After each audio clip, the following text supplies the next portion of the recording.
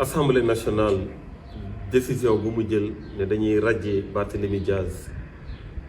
ci liste député yu nekk Assemblée nationale décision la boo xamante ne teguñu ko fenn décision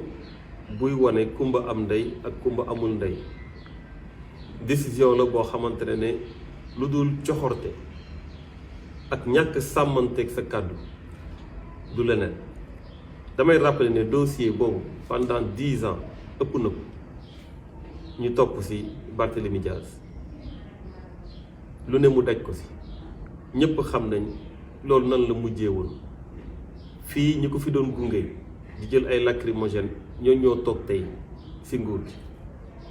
décision bu jógee foofu moom lañ ko bëgg a appliquer pour xañ ko moom mu nekk député bi nga xam ne dañ ko fal. damay wax d'abord que loi bi lu mu wax mooy article 61 bu constitution